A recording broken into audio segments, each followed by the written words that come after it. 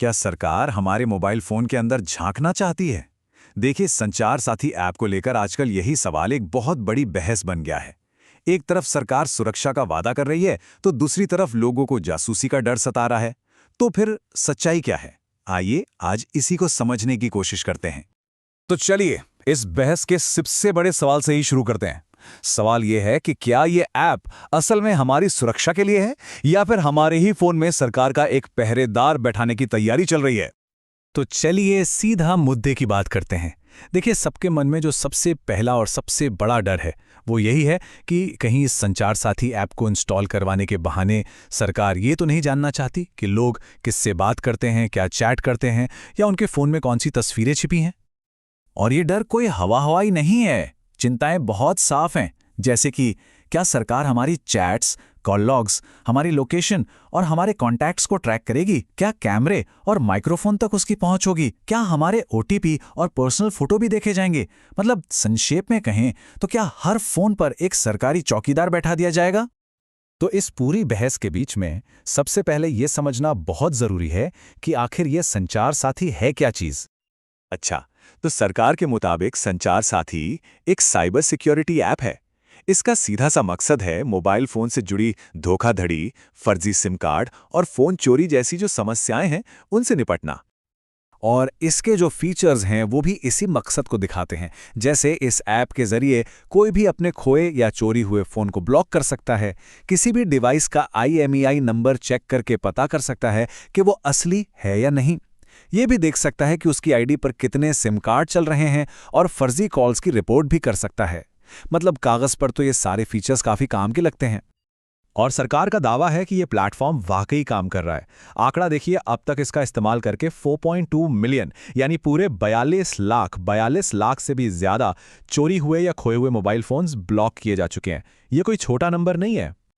तो सवाल ये उठता है कि अगर ये ऐप इतना ही उपयोगी है तो फिर इस पर इतना बड़ा विवाद क्यों शुरू हुआ? असल में विवाद की जड़ है सरकार का एक आदेश। देखिए, पहले मई 2023 में इसका वेब पोर्टल आया, फिर जनवरी 2024 में मोबाइल ऐप। तब तक सब ठीक चल रहा था, लेकिन दिसंबर 2024 में सरकार ने ये घोषणा कर दी कि अब से सभी नए स्मार्टफोन में ये ऐप पहले से ही इंस्टॉल होकर आएगा। और बस यहीं से सारी कहानी बदल गई। जब तक इस ऐप को डाउनलोड करना एक विकल्प था, एक चॉइस थी, तब तक ये टेक्नोलॉजी का सवाल था। लेकिन जैसे ही ये अनिवार्य हुआ, ये सरकार के इरादे का सवाल बन गया। तो अब ये पूरी बहस दो हिस्सों में बंट चुकी है। एक तरफ है सुरक्षा की दलील और दूसरी तरफ है निजता यानी प्राइवेसी की चिंता। सरकार का कहना है कि ये ऐप साइबर अपराध से लड़ने के लिए एक सुरक्षा कवच की तरह है, जिससे लाखों चोरी हुए फोन ट्रैक होते हैं। वहीं जो इसकी आलोचना कर रहे हैं, उनका कहना है कि ये पेगासस जैसा एक निगरानी का हथियार है जो हमारी व्यक्तिगत स्वतंत्रता के लिए एक बड़ा खतरा है। सरकार का तर्क है कि लोग इसे खुद डाउनलोड नहीं कर रहे थे, इसलिए इसे अनिवार्य करना पड़ा, जबकि आलोचक इसे भविष्य में और भी ज्यादा दखल देने वाले ऐप्स लाने का एक टेस्ट केस मान रहे हैं।